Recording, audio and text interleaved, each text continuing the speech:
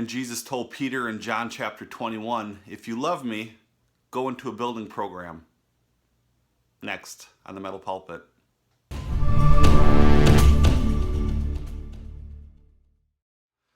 Thanks for joining me for another Metal Pulpit. Okay, so Jesus didn't actually say that in John chapter 21, but we're going to talk about, just briefly, ministry goals versus physical goals in the realm of church. Again, Metal Pulpit, I'm a pastor of a institutional church, and that's what I talk about. And so, here's the danger that churches enter. And I've been down this road before on staff at a church I was at in another city. Churches in the United States tend to make physical goals the main thing instead of ministry goals the main thing. Let me talk about that for a little bit. You see, there's a danger in ministry goals. Now, if a church has a building, then there's nothing wrong with maintaining it, keeping it nice. You don't want it to crumble down. It's like your own house. You want to put money into it where needed. You got to paint it once in a while. You got to do the plumbing, electrical. You got to pay the man to keep the lights on, and all of those sort of things. But the fact is that there's a big danger when it comes to a church making the main thing a physical goal. You see, Barna did a report a while ago, and I'll talk about that in a little bit, but when a church goes from building program to building program to building program, there is a sense of accomplishment. There's a sense of unity. There is a sense of look at what we built. And that brings a little bit of joy, I'll be honest with you. When you do something at your house and you do some sort of work, there's a little bit of satisfaction there. But, here in the United States, it saddens me to see how many do building program after building program, because that tends to bring the congregation together, that tends to bring the church together for a little while. You see, when we do a building program in a church, there's a lot of things that can happen. Number one, according to Barna, there's a lot of pastors that burn out while they're in the building program.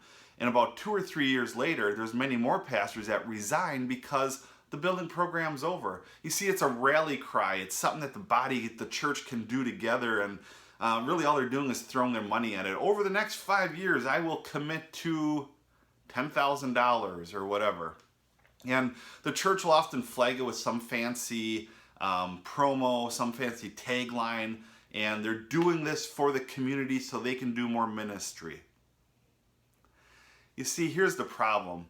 When we make physical goals, building programs, the main goal, there will be a time where you are let down. There will be multiple times you are let down. Anytime you do something as a team together, when it's over, there is that moment of, now what? We've done that, now what? Look at our building. We have accomplished great things, and now what? What are you going to do? You see, there's a danger with that. But however, when we keep the main thing ministry, you're never let down.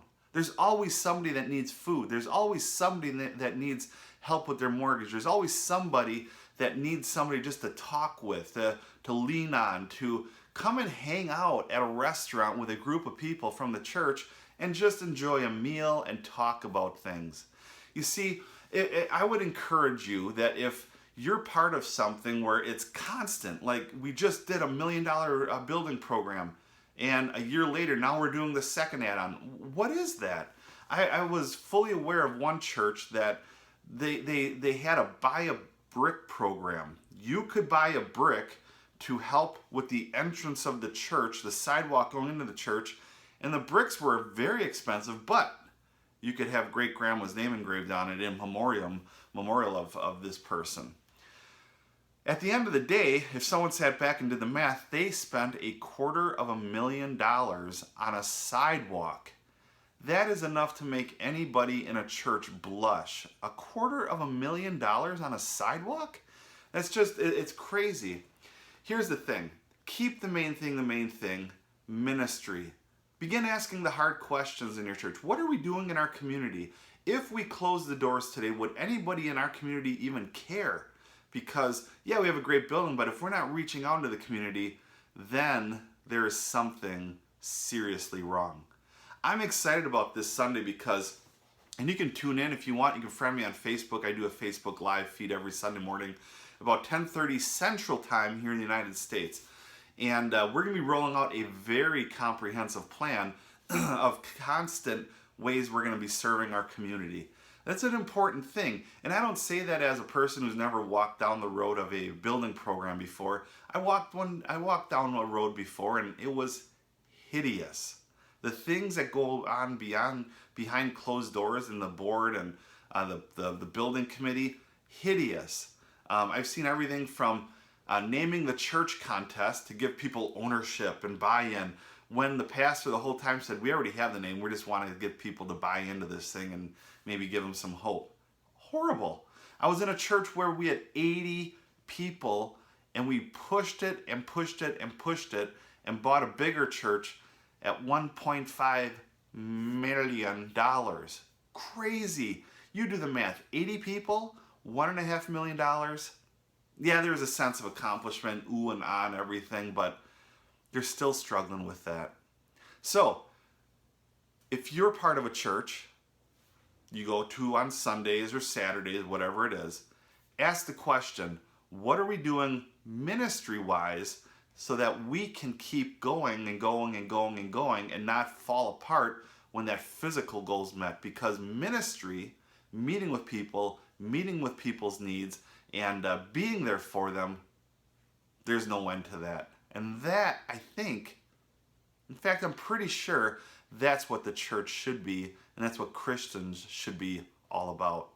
Shoot me your questions. I'll address them here on my podcast, right here, pastorbobadams@gmail.com, and I look forward to hearing from you. Have a great day.